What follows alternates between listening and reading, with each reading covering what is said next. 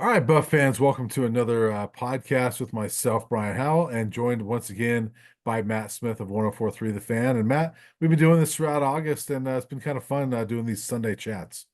Oh, absolutely. It's always good to catch up with you. You and I always end up talking and texting for hours anyway. So now, might as well put it out there for everybody to join in.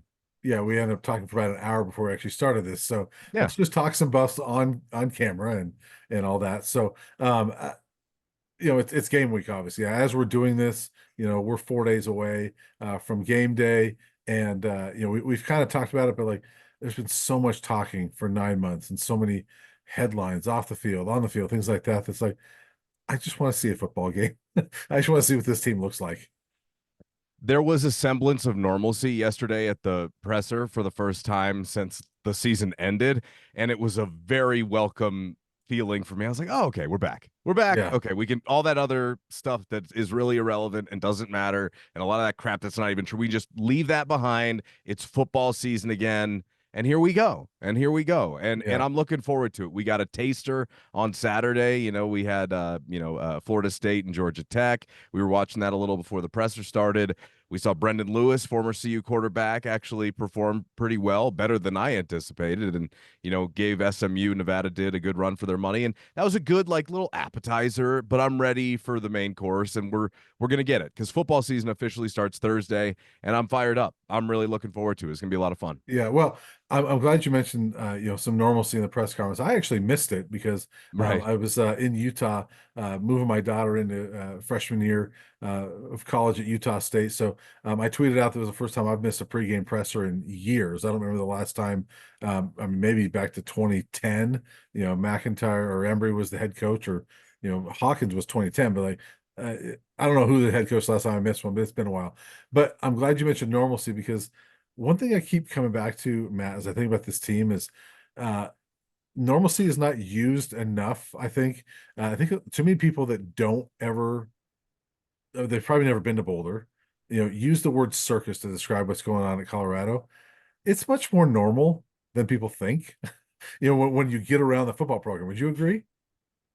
Yeah, yeah. I think a lot of that comes from places that don't really matter, don't really know what's going Right. on, and That's my they're point. trying to Yeah. do of course, Mhm. and they're trying to do it for attention and clicks, and of course it's normal. I mean, it's a normal football program. Now, do Yeah. they do things differently and in their own unique way? Yeah, but Sure. Yeah. but as far as like the standard operation, you can't be too left to center and run a football program. So that's why, a lot of that stuff we laugh at. And no, they got a really good thing going, and I think they're in a good place entering the season. As good of a Yeah. place as they're gonna be a month into preseason workouts, which is basically where we're at now. So after spring, after fall, here we go. Let's play some football finally, Yeah. and let's talk about some football because that's all that matters at the end of the day. All this other stuff, Brian. I know you and I feel the same way on this. We're over it. We're ready for football. I could care Yeah. less at this stage about a lot of that other crap. I'm just focused on, what happens between those white lines, and we get our first chance to watch it on Thursday. Yeah, and that's my point. Is that there's so many people outside that want to portray this as a circus, and it's really not. When you're around it, yes, they do things differently, and maybe the access isn't the same as some reporters get, but like, that doesn't make it a circus. But the actual football operation and like what they're doing in the practice field, like, it's normal. It's football, And when we do these press conferences, like you mentioned, I wasn't there, but I watched the video. Deion Sanders was normal. The previous one, when we had the open practice, you and I talked about, like, wow, that was one of the best pressures he's had. I would put yesterday up there as well, from what I saw. And so, yeah, I think the bottom line to me is what I'm, and my point in all this is that this is just a normal football team and they're ready to play some football. And I think that, if people would, if you brush away some of those headlines that cloud this program all the time, people would see that, okay, this is an upgraded football team, and look what they've done with the roster. And that's what I'm looking forward to seeing, is like, okay, we've talked about all these changes, all these upgrades, offensive line, your receiver, all this stuff. Let's see it now. And I'm excited for it. Oh, no question about it. And one of the things that you and I have spoken about, doing this podcast is I can't wait to see people be surprised by how much they've improved defensively. If you really Yeah. take a fine-tooth comb through that thing, on paper, it's easily the best defense they've had since 2016. On Yeah. paper, right? Mhm. Offensively, I would say so, probably. the cohesion and the team element of that group in 2016 was different, and the fact that there were no expectations, right? There were no expectations. Now there are real expectations headed into this season. And, this is what it's all about. Like, this is what Colorado fans have been yearning for is, Yeah, first of all, relevancy again, but also a reason to watch meaningful football, and not just in September but in October, and knock on wood, if the sun shines down upon us here in Boulder into November even. So I am very excited for this year. It's been a long time coming. This is what it's all mhm, been about. I don't know what it's going to look like moving forward, but I'm just living in the moment because, again, this is why you are a college football fan. And for yeah, us, this is part of the reason why you cover for seasons like this, for moments like this. It's, on the biggest stage in the world, and it's right away. So I'm looking yeah. forward to it, Brian. Well, and you mentioned offense. I wish I had the number in front of me, and it bugs me I don't because I'm a stat guy. But the 2016 team I know averaged 30 points a game, somewhere around there. But the defense scored quite a bit that year, and so if you take out the defensive points, you know that but they scored a bunch of touchdowns, and so if you take that out, the offense itself was under 30 points a game. So what I can't remember, and I wish I had off the top of my head, was the last time the offense at CU scored 30 plus points a game, and I think it was 2005, maybe. I think Gary Barnett was the head coach the last time they had an offense that scored that. I think this offense in itself is going to be well above 30 points a game, and maybe not 39, 40, but I think 33, 35 points a game. And I think this is the best offense that I've covered. This will be my 15th season. This will be the best offense I've covered. On paper. Yeah. I just, Well, I again, think the production will be, yeah, on paper right now. that's all I'm I just saying. think this season, I think it's going to be the best offense I've covered. I would agree with you. I would agree with you. And in that 2016 season, they kind of, they had to change the way they were doing things like Mhm. halfway through the season. Cepho started running a lot more, right? They Yeah, they kind of those grind them out games. They leaned on the defense to win them ball games the back half of the year. Like, yeah. I can think of like 4 games that the defense won. Utah, UCLA, right? I mean, you go down the back half of that Stanford 10 to 5. Stanford 10 to 5. Yeah, Stanford 10 to 5. There were so many where it was like, wow. And I think that, as you're talking about the offense averaging well over 30. That ain't easy to do. Okay. no. So I mean, But that's half very, the country does it these days. And it's and true. It's CU true. hasn't done it. Oh no, I'm aware of Yeah. that. It's still Yeah. not easy to do. I mean, you Correct. still got to Right. be able to score to Right. average 30. It's not Yeah. easy.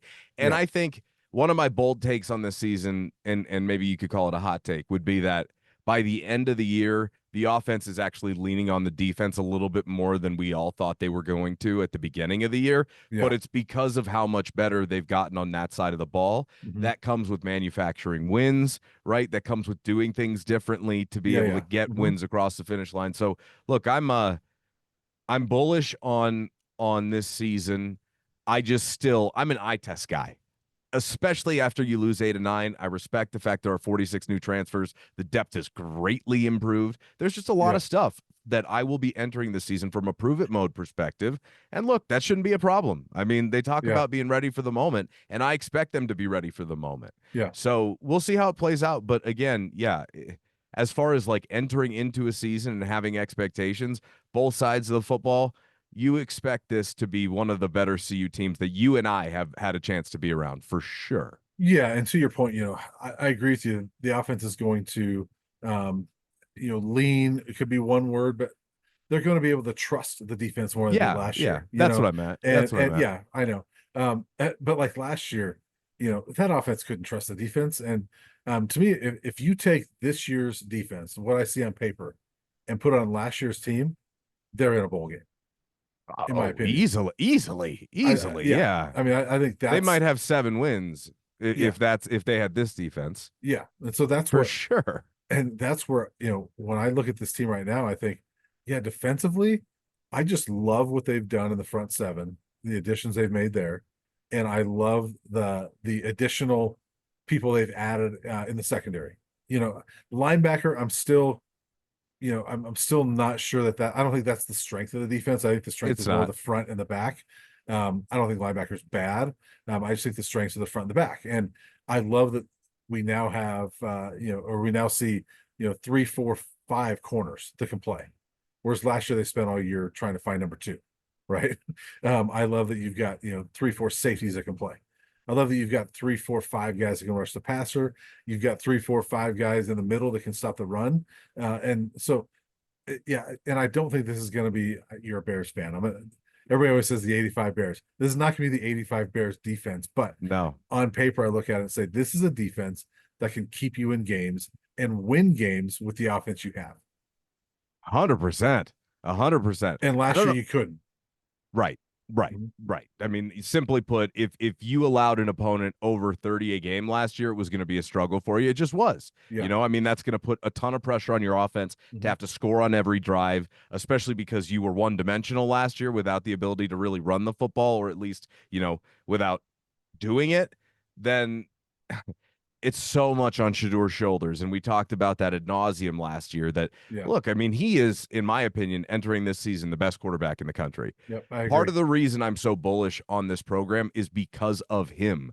And in fact, I've been on record many times saying I actually think he's going to be a better pro quarterback than he is a college quarterback. And he's a really damn good college quarterback. Yeah. I just think that's the type of player we're dealing with here. So when you've got that guy, I mean, 6 wins, like that should be like the absolute basement of what we're talking about, provided everybody stays healthy. Things can change. But I will say, and as I was listening to you there, one of the things that just kind of occurred to me to bring up, and I haven't really discussed this on anywhere else yet, if you think back to the end of last season and all of the things that Coach Prime needed to accomplish this offseason, let's just think about it. You needed to completely revamp your offensive line. You did that. That. Is it going to work? We don't know, but you got a whole hell of a lot of a better chance to do it now with the upgraded talent. I think it's going to be much improved at a minimum. Defensively, you needed to be able to stop the run. Well, completely rebuilt the defensive line. In fact, they're so deep on the defensive line, you're going to have some talented guys that aren't going to see a ton of snaps this year because of how good and how much depth they have there.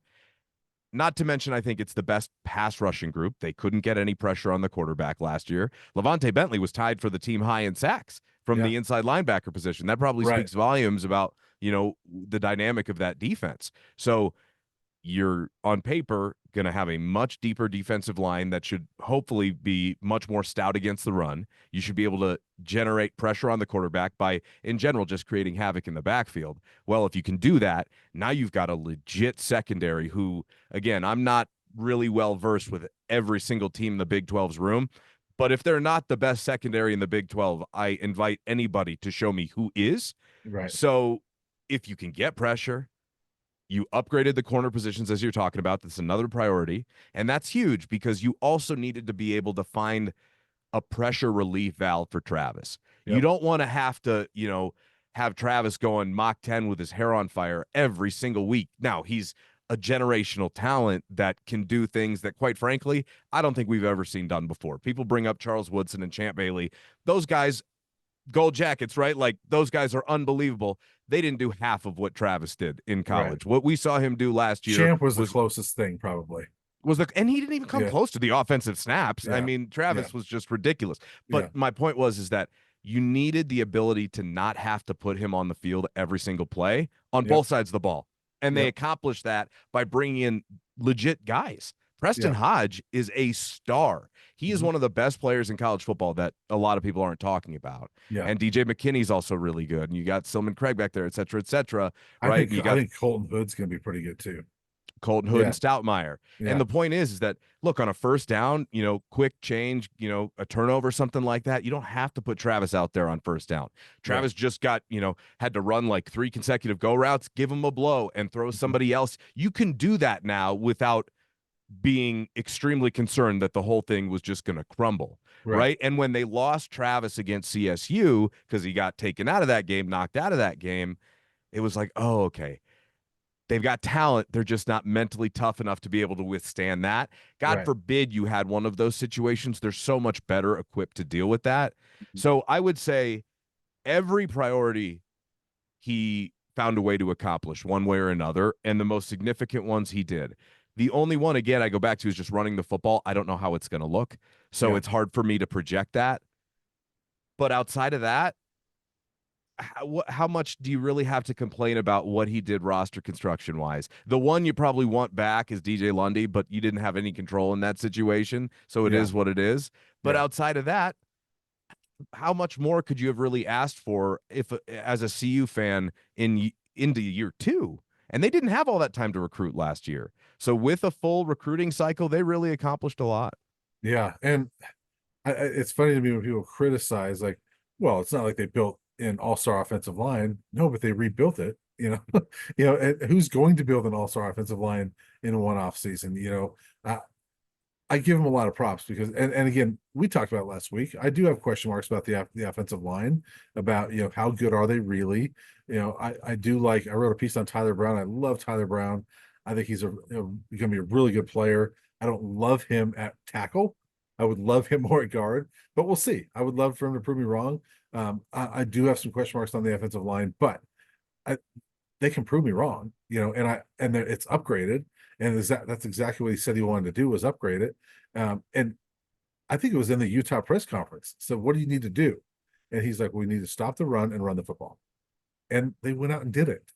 They went and got guys that can do that. And you have to admire that. People can criticize all they want. Well, he didn't high school recruit, didn't do that. He's trying to win football games in 2024, right? Now. He's trying to do it Now. now. And Right. people can Yeah. criticize all they want, but when you have, and I don't care for this discussion that Shedeur Sanders is his son. That doesn't matter. When you have a generational quarterback, you try to win with that guy. You That's what do Link, whatever you do right? whatever you can to support that guy. It's what Lincoln Riley would do with Yes, Caleb Williams. It doesn't matter what his last name is. and Yeah, it's 100%. it's what NFL teams do, right? It's what you know, the Tampa Bay Buccaneers. Okay, we got a chance to get Tom Brady. Okay, great. You go out and get a bunch of guys. That's what the Broncos did. Oh wow, we can get Peyton Manning. Well, what did they do? They went out and got guys that they could get because Peyton Manning's there. So you have that guy. You do what you can to win now. And Shedeur Sanders is not a 3-year plan. He's here for 1 year. Right. Go out and try to win Right. this year. I have zero problem with what they did to build the 2024 roster, because in this day and age, I think the high school recruiting is diminished. Yes, you need it, and that's just a whole nother discussion. But you still need it, obviously. But when the point is to try to win in 2024, why wouldn't he go out and hit the transfer portal and get guys? I mean, it's crazy to me that he gets blasted so much for that, when, especially when you look at the high school kids they've gotten, it's like, oh, they actually play and they're actually pretty good, and he Yeah. did get he did get the number one offensive line recruit in the country. And so, it's hard to Out of criticize high the school. Out out of of high high school. school. Right. Right. Yeah. And so uh, basically what I'm saying, Matt, is I like what they've done overall. My opinion hasn't changed. I don't think that they're the best team in the Big 12, but they're way better than a lot of people think they are going to be. And I think that they've got a legitimate shot, if things really click, that they can be in that conversation for the Big 12. Yeah, you got to hit some green lights at the back half of the year. Yep. The way the Mhm. schedule, I am maybe a bit of a contrarian to a lot of other people with their schedule. I think their schedule is pretty tough. I So do do. I. I Yeah. I think the average quality of opponent, the floor is way higher than it was last year. But the difference between last year and this year is I really believe you have a chance to win every single game on the schedule. Last Mhm. year, the second the schedule came out, I was like, well, loss at Oregon, loss at Washington State late November, loss at Utah. Like I can't do that right now, which is Yeah. why it's a tough team to project as far as Mhm. what's going to happen. And going back to the caliber of player that he brought in here, no one else would have been able to do that. Right. Nobody. No Mhm. one else would have been able to do that. And again, I think a lot of fans kind of get upset when you go, well, we'll see if it works out. And you go, well, they're so much better. Coach Prime even alluded to that fact himself at the presser. He goes, well, there's a reason why I'm not giving out the dogs on the jerseys right until game week. It's because, well, I've seen you do it at the Mhm. practice field. I saw you do it game tape at your old school, but let's see you do it on Folsom Field. You're, Yeah. you're going to need to earn that here. So there is an element to earning it. And quite frankly, this is always how it goes. You've got to prove that, you're up to snuff. And they've done a lot of talking and they know that. Now they've kind of reduced that. I would say like they've Yeah. banked those. They're not really doing that anymore. It's all football.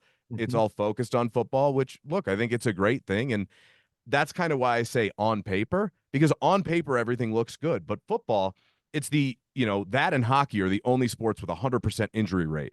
If you Right. play, you will get hurt at some Right. point, right? Yeah. Like there Yeah. are so many variables that are outside of your control that sure on paper things look good, but we talk about all this depth. Well, I imagine that at the end of the year, they probably won't look as deep as they did at the beginning of the year. That's just kind of Yeah. how those things go. It's like, well, that was a good plan, but maybe it didn't work out at this position, XYZ.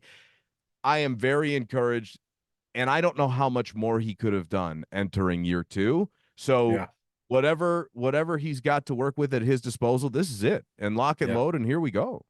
Now, I will say this: you mentioned the talking. I don't think they've done a lot of talking. I Not think, lately. I think, well, I think you look throughout the offseason, I think most of the talking is clapping back at some of the ridiculous stories that are about them, right? Like, I don't think that what they like to me, when a team's like talking, it's that they get a mic in front of them and they are, yep, here's how good we are. We're gonna win the Heisman, we're gonna do all this stuff.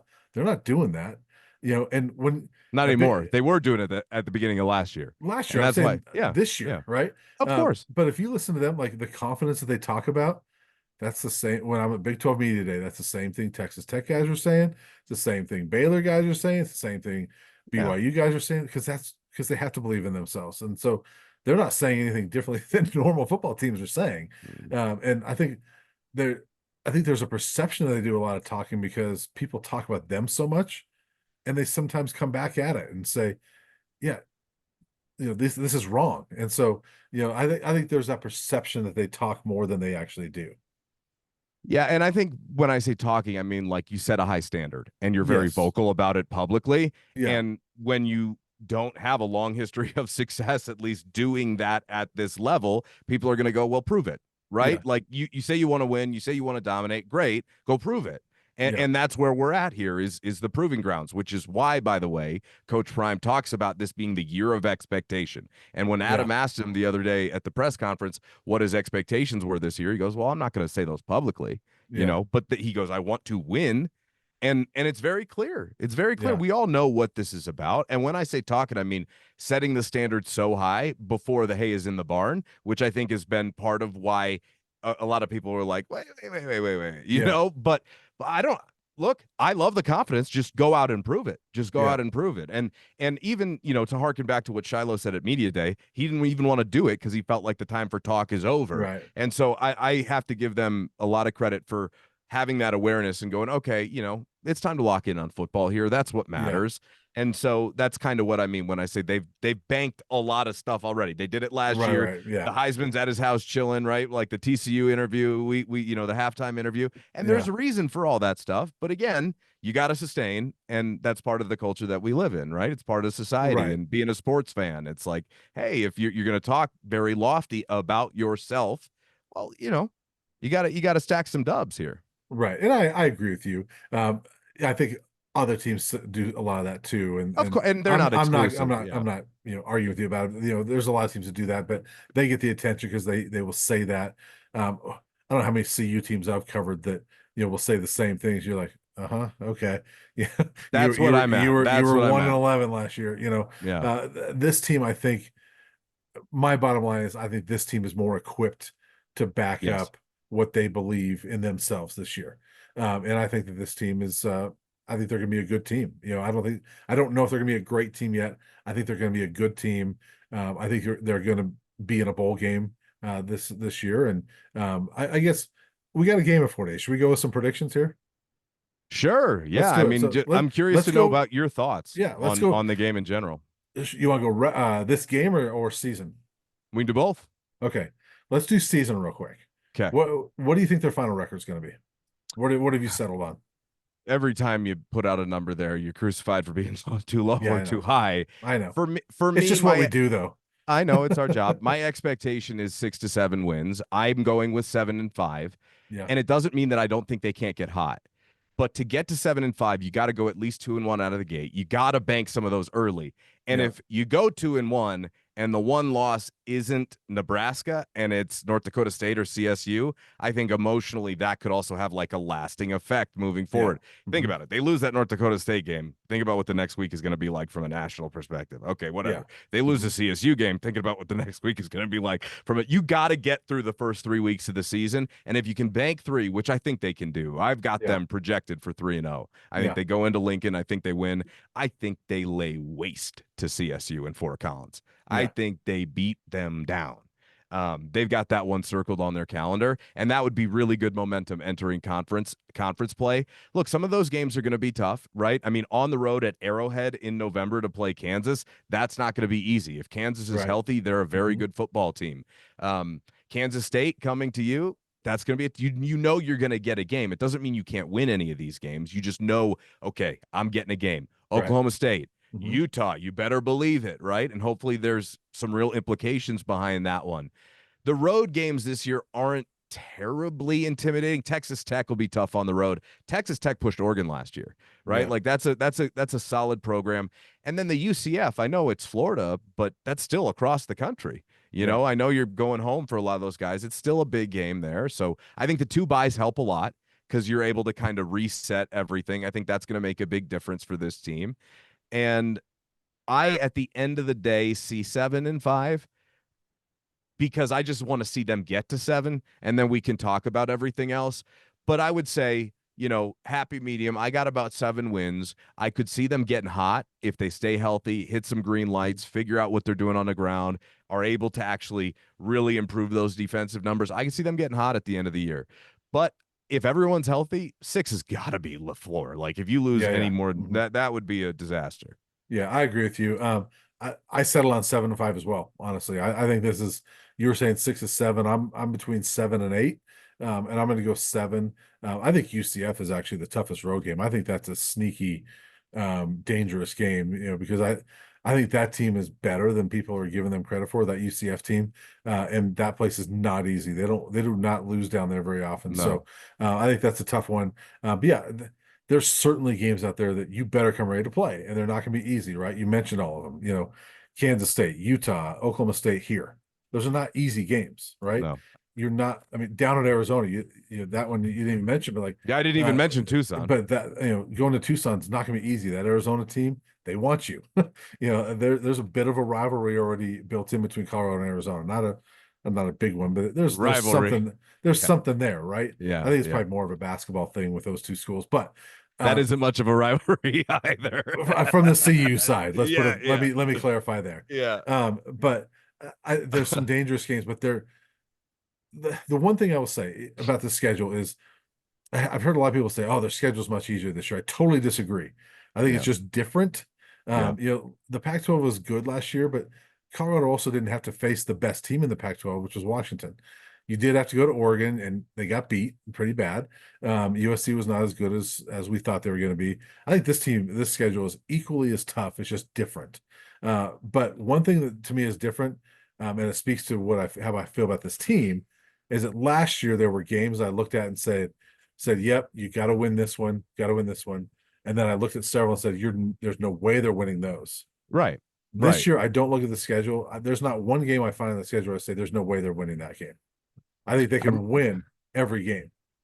I remember going and flying up to Spokane to drive down to Pullman last year. Yeah, And I'm telling you, the second the schedule came out, I was like, oh, late November in Pullman, L, right? L. yeah, They get stopped there every time late in the year, yeah. especially when it gets cold. I remember driving down and doing all that to go, this is gonna be miserable. And Right. they were, Yeah, they started their losing streak. So look, and then the game was like Shador got sacked 4 times the first 10 snaps, and it was it was done. brutal. Yeah, It was brutal. But yes, you don't have any of those. Now you don't have your Oregon, right? That's not yeah. on the schedule, but Utah's gonna be damn Mhm. good. Yep. So you got some really good programs. And again, I think a big part of it, the 3-game stretch to start the season last year, I think kind of caught us by surprise because we couldn't have possibly known from an emotional perspective just how high the highs were going to get. Yeah. And I think it was draining because there was a lot of, there were shots coming at the program from Nebraska and Matt Rule, and they were still trying to learn the tradition. They did a great job, and I'll give them a lot of credit. They embraced the tradition of the rivalry games for both of those schools. It's personal, that whole thing. And then after the CSU game, it was like, oh boy, that was a close call. And they Yeah. lost Travis. You kind of wanted to exhale, but then you had to go to Eugene. They have to Yeah. do, I think, a better job this year, kind of staying steady, right? And Yeah. staying a little bit more level, especially early. So they do have the juice to sustain. But it's also part of the reason why I say having the multiple bye weeks is a blessing for Yes. them. Yeah. So And yeah, I was gonna say that that's a great point you made. Is I think that for this team, having two times to just exhale a little bit and reset. And I'm trying to look at when they are. So the first one is 5 games in. I think yeah, that's a it's great after time for it. UCF, right? Yeah, I think that's a Yeah. great time for it, because then you start a stretch, Kansas State, at Arizona, Cincinnati. I think that's a great time for it there. And then you have the bye week going into that tough November. I think those are two great times to kind of reset things. And so yeah, so we're both settling on 7 and 5. We could go through and argue and debate where the seven are, but I think we both settled on 7-5. So let's start with this one this week and give a prediction this week, because I would imagine both of us have this as one of the wins. So let me get your thought on this week's game. If it's not one of the wins, the Throw the following seven week, and five oh out. my god, the following week is going to be brutal. But I Yeah, no, they're going to I feel very good about this game the more and more we get closer to it. The line in yeah, Vegas has moved up. I think it's at 9.5 now. North Dakota State, you probably know better than I. They're missing some really key guys at some key yeah. Cole, positions. Cole Wisniewski, he's a really good safety. I mean, he led all of Division One, FCS and FBS in interceptions last year, All American. He hasn't been in pads all camp, and there's talk up there that he won't even play this season. So, Ah, uh, man. and that's disappointing. I was looking forward to seeing him play, but it sounds like he's not going to be here in Boulder, or at least not playing. So that's a tough one. But they are missing some guys. And so you've got to feel better about that because you kind of think with the talent that CU has now, that's got to be an FCS school that they're clicking on all cylinders. Everybody's healthy, right? And they play close to what the best version of their football is going to look like to win that game. I think they've got a chance to kind of grind it out and frustrate CU a little bit by what Oh they can yeah, do on the ground. But yep, they're missing a back too, aren't they? They're yeah. They're missing one of missing their some better guys, but backs. but they're so I think they're so good back there, and they know what they do, that it'll matter a little bit, but I think they're still gonna be able to run the football. I agree with you. And it's like, hey, are they going to take CU and get them, offensively? Is North Dakota State going to be in third and short a lot? Are they going to be Yeah, able to win on first and second down, chip away, and slowly extend drives to shrink the game? That would be my game plan if I were them. yeah. It's going to be prove that you can stop the run. And CU's going to, they've got a brand new Mhm. shiny defensive line front seven that we're going to get to see on full display week 1. They got a senior quarterback, Miller. He can play a little bit. You can't take him for granted. You can't overlook him, but I don't think he's gonna be any sort of world beater. Yeah, I think for me, it's just offensively. This is maybe where I think they're a little slower out of the gates this year compared to last year. TCU did not know what to prepare for. yeah, There was 90 new kids on that team. To be able yeah, to scout and project how they'd get used, that was why Dylan Edwards was such a surprise. Even though he was popping off every day in the well-off videos, yeah, nobody knew what it would look like, and it was like, oh my God, this kid's fast as lightning, and he went off for 4 touchdowns. And yeah, if you go back and you watch that TCU game, the first half they're all playing off. They're like 10 yards off. Well, second half they're all up. yeah, So they started to figure things out. North Dakota State will have a better game plan for CU. I think they'll probably do a better job tamping things down just a little bit offensively, which is where I think that CU's defense comes into play, where it's like, well, maybe you're not going to run the ball down the field with a 12-play, 8-minute drive to chew clock because we couldn't stop a dive. yeah, So I'm feeling very good about that game. I got 34-17 as my score in the opener there. Could be, even more. I don't think North Dakota State's going to make it too much of a game, but again, not one that you can afford to take for granted or overlook, and they won't. Prime will have them ready to go for that game. And the atmosphere at Folsom on Thursday night is going to be electric. I imagine yeah, they got things up their sleeves too, yeah. for entertainment and such. Yeah, I agree with you. They're going to win. I don't see that big of a spread, only because North Dakota State, in their history, they don't. I mean, they come ready to play. I mean, Oh they yeah. are they are super. I think we can't discount the emotion of them. They want this game. I mean, they're excited for it. They have never backed down from these type of teams. We know their history, and it's been several years. I get that. I think they've only played one FBS team in the last 6 or 7 years. They went down to Tucson, lost to Arizona. and it was only a field goal, and that was not a good Arizona team. But um, North Dakota State doesn't get blown out in these games. I think they're going to keep it a game, but I think it's one of those ones where Colorado was pretty much in control all night.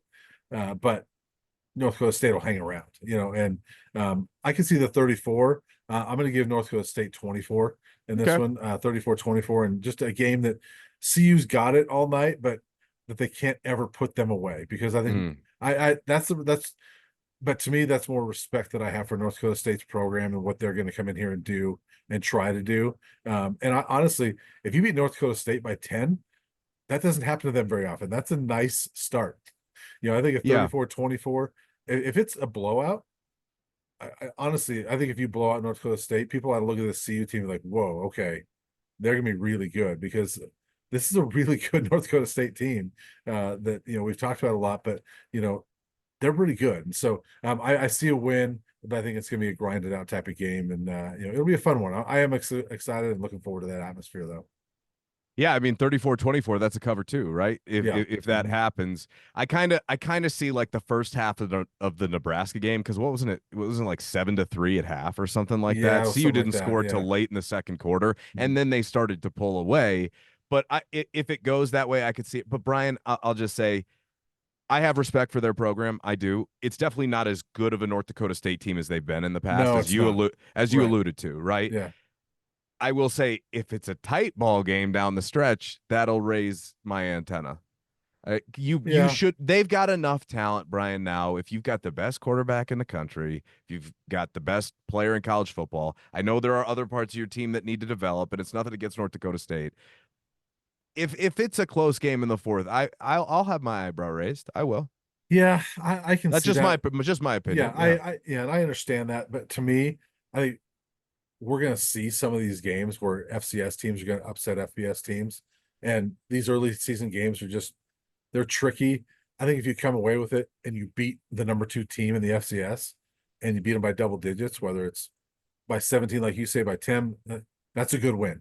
You take Agreed. that and say, that's a good win. Nice start. Take some momentum into Nebraska the next week. And so, yeah, we'll see. So that's our predictions, going into week 1. And Matt, you and I'll be back. We'll chat week 2. How's that?